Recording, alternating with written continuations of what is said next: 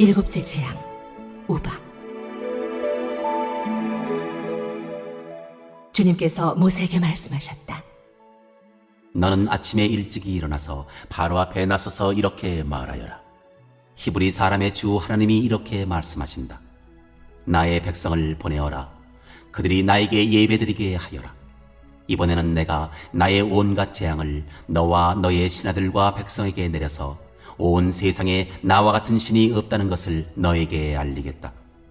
내가 팔을 뻗어서 무서운 질병으로 너와 너의 백성을 쳤다면 너는 이미 세상에서 사라졌을 것이다. 너에게 나의 능력을 보여주어 온 세상에 나의 이름을 널리 알리려고 내가 너를 남겨두었다. 그런데 너는 아직도 교만한 마음을 버리지 못하고 나의 백성을 내보내지 않는다. 그러므로 내일 이맘때 내가 매우 큰 우박을 퍼부을 것이니 그처럼 큰 우박은 이집트의 나라가 생긴 때로부터 이제까지 한 번도 내린 적이 없다. 그러니 이제 너는 사람을 보내어 너의 집짐승과 들에 있는 모든 것을 안전한 곳으로 대피시켜라.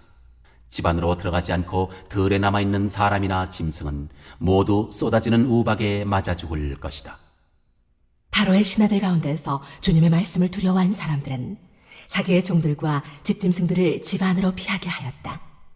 그러나 주님의 말씀을 마음에 두지 않는 사람은 자기의 종과 집짐승을 들에 그대로 내버려 두었다. 그때에 주님께서 모세에게 말씀하셨다. 네가 하늘로 팔을 내밀면 우박이 온 이집트 땅에 그리고 이집트 땅에 있는 사람과 짐승과 들의 모든 풀 위에 쏟아질 것이다. 모세가 하늘로 그의 지팡이를 내미니 주님께서 천둥 소리를 나게 하시고 우박을 내리셨다. 벼락이 땅에 떨어졌다. 주님께서 이집트 땅 위에 우박을 퍼부으신 것이다.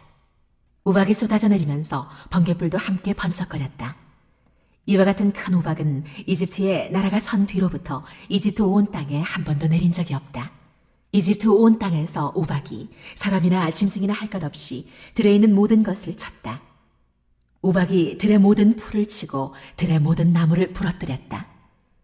그러나 이스라엘 자손이 사는 고센 땅에는 우박이 내리지 않았다. 바로가 사람을 보내서 모세와 아론을 불러들였다. 그리고 그들에게 말하였다. 이번에는 내가 죄를 지었다. 주께서 오르셨고 나와 나의 백성이 옳지 못하였다. 너는 주께 기도하여 하나님이 나게 하신 이 천둥 소리와 하나님이 내리신 이 우박을 그치게 하여다오. 내가 너희를 보내겠다. 너희는 더 이상 여기에 머물지 않아도 괜찮다. 모세가 그에게 말하였다. 내가 이 성을 나가는 대로 나의 손을 들어서 주님께 빌겠습니다. 그러면 천둥 소리가 그치고 우박이 더 이상 내리지 않을 것입니다. 이것은 온 세상이 우리 주님의 것임을 임금님께 가르치려는 것입니다. 그래도 임금님과 임금님의 신하들이 주 하나님을 두려워하지 않으리라는 것을 나는 알고 있습니다.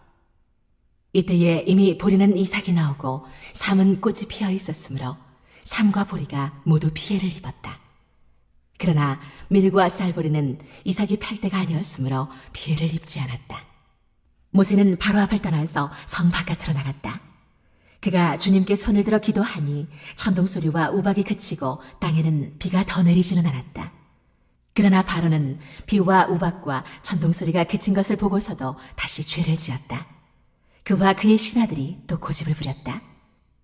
주님께서 모세를 시켜 말씀하신 대로 바로는 고집을 부리며 이스라엘 자손을 내보내지 않았다. 첫 번째 질문입니다. 일곱째 우박 재앙의 본문 구성은 어떻게 되나요? 13절부터 21절까지는 하나님의 재앙 선언이고 22절부터 26절은 재앙 진행을 보여주고 나머지 27절부터 35절은 바로의 반응입니다. 두 번째 질문입니다. 우박 재앙은 이집트 어떤 신에 대한 심판인가요? 이 재앙은 이집트의 신들 중 최소한 4신과 관련이 있습니다. 이집트 사람들은 하늘을 지키는 여신으로 누트를, 생명을 주는 여신으로는 이시스를, 곡식을 보호하는 신으로는 세트와 민을 숭배했습니다. 하나님은 우박 재앙을 통해 이 신들의 무능력과 거짓을 폭로하셨습니다. 우박은 다른 구약 성경에서도 전쟁 중 하나님의 능력을 드러내는 수단으로 사용되기도 했습니다. 세 번째 질문입니다. 우박재앙의 특징은 무엇일까요? 먼저 처음으로 하나님이 재앙을 내리시는 목적을 바로에게 분명하게 드러내십니다. 14절부터 17절은 계속된 재앙의 목적이 온 세상에 하나님이 누구신지를 밝히기 위한 것이라고 말합니다. 또한 29절은 온 세상이 주님의 것임을 바로에게 가르치기 위한 것임을 밝힙니다. 또한 재앙의 범위가 넓어지고 그 강도가 점점 세지고 있습니다. 그래서 온 세상이라는 단어가 자주 등장하고 재앙이 물에서 땅으로, 공중으로 옮겨가고 있습니다. 또한 이제까지 이런 우박이 한 번도 내린 적이 없다는 말로 얼마나 극심한 재앙이었는지 알려줍니다. 그리고 사람에게 죽음이 직접적인 재앙으로 등장하고 있습니다. 앞서 5째 가축재앙에서는 동물들이 죽었는데 이제 우박으로 인해 직접 사람이 죽음에 이르게 되었습니다. 또한 19절에서 처음으로 이 재앙을 피할 수 있는 방법도 알려주십니다. 사람이든 가축이든 우박을 피해 안전한 곳으로 대피하라고 말씀합니다. 이를 통해 하나님의 자비를 드러내십니다. 마지막으로 다시 모세가 지팡이를 사용하기 시작했습니다. 앞으로 모세는 몇 차례 더 지팡이를 가지고 하나님의 기적을 일으킬 것입니다. 여기서 지팡이는 하나님의 권능을 상징합니다. 네 번째 질문입니다. 15절부터 16절에서 하나님이 단번에 바로를 심판하고 이집트를 멸망시키지 않으신 이유는 무엇인가요? 하나님은 바로와 이집트를 바로 멸망시키지 않으심으로써 하나님의 자비를 보여주고 계십니다. 그러나 무엇보다도 이 계속된 재앙을 통해 하나님의 능력과 이름을 온 세상에 알려 하나님이 누구신지 드러내시는 것입니다. 다섯 번째 질문입니다. 우박으로 사람이 죽을 수 있을까요?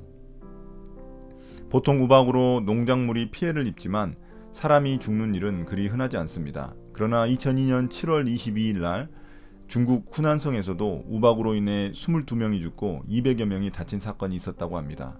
당시 이집트의 우박은 24절에서 말하는 것처럼 이집트 역사상 가장 심각한 재앙이 되었습니다.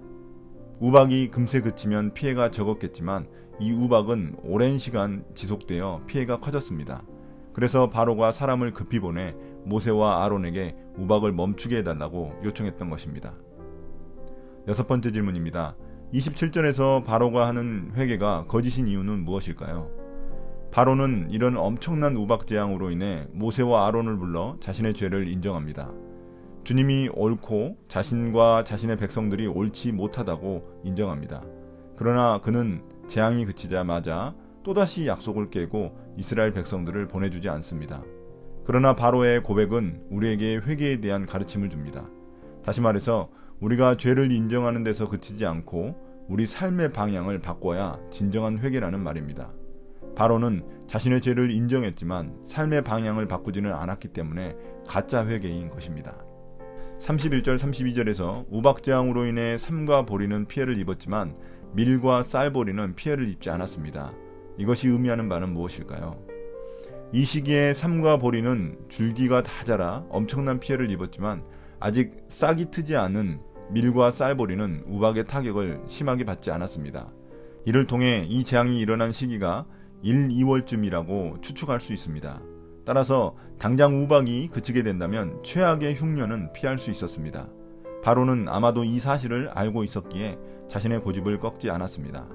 그러나 이를 통해 다음번에 메뚜기 재앙이 오면 최악의 흉년이 일어날 수 있다는 사실을 예상할 수 있습니다. 지금이라도 바로가 약속을 지키면 최악의 상황은 피할 수 있었습니다. 묵상 포인트입니다. 첫 번째, 하나님은 이집트를 심판하시려고 작정하셨지만 재앙을 피할 길을 남겨두셨습니다. 이집트 사람들조차 주님의 경고를 듣고 두려워하여 피하면 살 수 있었습니다. 그들에게 자비의 여지를 남겨두신 것입니다. 지금 코로나로 인해 우리가 재앙을 겪고 있지만 아직 하나님의 자비는 남겨져 있습니다. 지금은 우리가 하나님의 말씀을 듣고 돌이켜야 할 기회의 시간입니다. 두 번째, 바로는 수차례 재앙을 겪고도 고집을 꺾지 않습니다. 얼마나 인간의 죄성이 지독한지 보여주는 장면입니다. 우리 속에 있는 고집도 소신이라는 탈을 쓰고 정당화되고 있을지 모릅니다. 내 안에 꺾이지 않는 고집이 무엇인지 깨달아야만 합니다. 고집은 또 다른 교만입니다. 오늘 묵상을 마치겠습니다. 감사합니다.